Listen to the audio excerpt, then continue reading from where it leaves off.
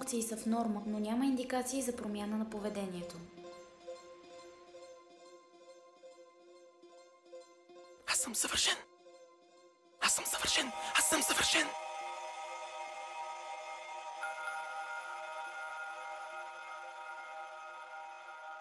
Как си днес, Андрио?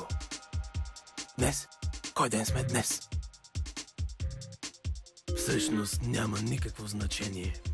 Ти осъзнаваш ли, че имаш отклонение в поведението? Всеки път ме питате този въпрос. Разкажи ми за случая отново. Помня как намирам документа. Предателство. Не мога да разбера къде съм сбъркал. Те нямат право да постъпват така. Аз съм съвършен. Съвършен! Веднага тръгвам към офиса му. Не знам точно какво искам. И какво правя. Предателство. Чувствам пламък в себе си. По-късно разбрах, че е пламък от ярост. Странно усещане. Не разбирам кога съм се озовал пред сградата на Total Control Systems. Няма никой, който да ме спре.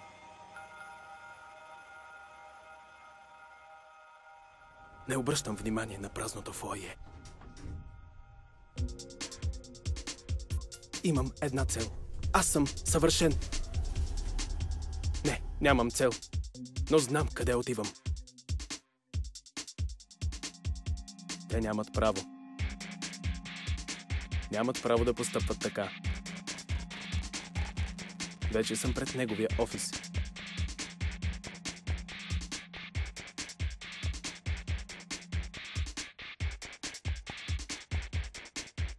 Нахълтвам. Той говори с някого по интеркома. Бързо го изключва. О, Андрио, добре дошъл. Чух за поредния ти успех в центъра за контрол. Отлично, моето момче. Отлично! А какво означава, че съм с отклонения? И какво означава, че ми е пречила? За какво говориш?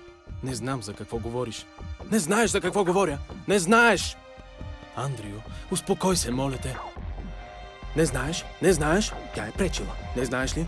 Как не знаеш? Ти ли не знаеш? С отклонения ли съм? Не съм ли съвършен? Робърт, не съм ли съвършен? Робърт! Робърт! Изведнъж той спря да се съпротивлява. Робърт? Робърт! Аз съм съвършен. Нали, Робърт? Нали? Робърт, кажи. Кажи нещо. Не съм ли съвършен? Съвършен? Съвършен? Нека продължим. Причината за твоето престъпление. Разкажи нещо за нея. Нещо за нея? Нея е местоимение в трето лице, единствено число, женски род. Да, правилно, но се концентрирай. Знаеш за какво питам. Да, знам. За нея. Този ден е като всички останали. Свърши ми работното време в контролния център и си тръгвам. Вървя по улицата и наблюдавам хората. Всеки показва различна емоция. Изглеждат ми много уязвими. Стигам до един светофар и се случва нещо необичайно.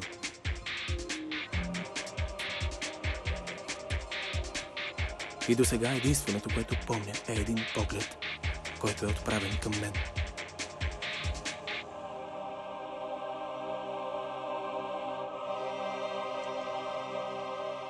На следващия ден отивам точно по същото време на светофара. Търся нея. Тя е тук.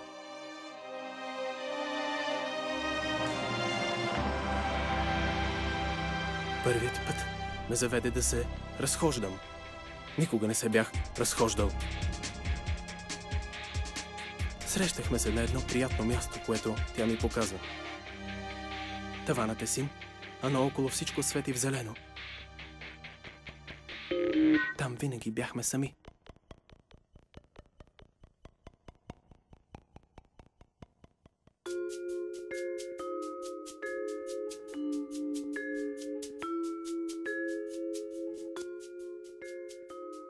С нея се усещах добре.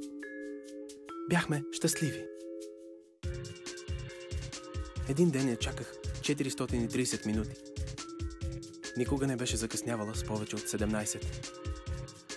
Защо? Къде беше тя?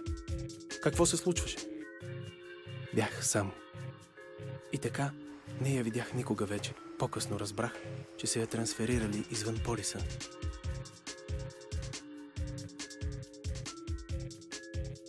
Андрио, разкажи за отношенията ти с инженер Бел. Инженер Робърт Бел. Той се държеше с мен като със собствен син.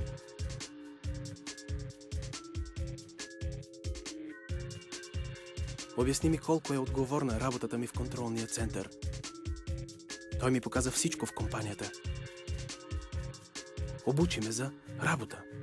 Total Control Systems е най-могъщата организация. Казваше той, трябва да се гордееш с поста, който заемаш. Ти си много важен за нас. Всичко, което ми казваше, не подлежеше на съмнение. Напътстваше ме как да се държа сред хората. Научи ме на всичко. Показа ми емоциите.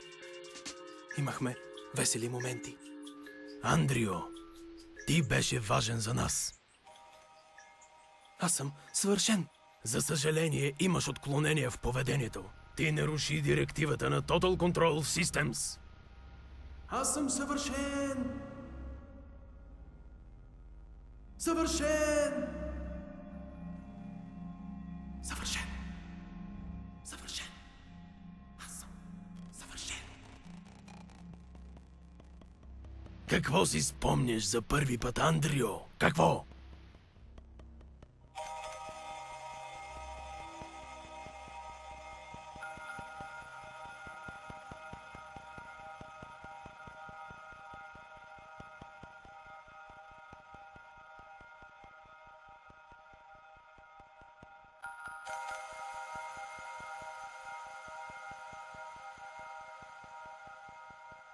Ти си съвършен. Директивата. Съвършен. Отклонения. Total Control Systems. Какво си спомняш? Ти беше.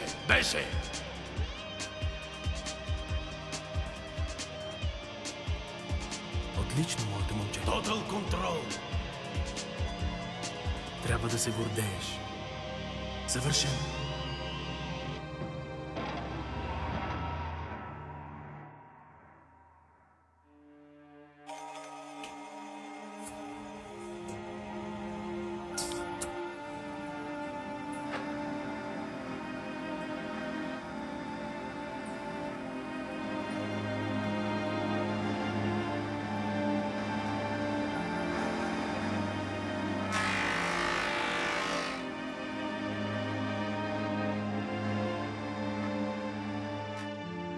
Ти си съвършеният приятел на човека.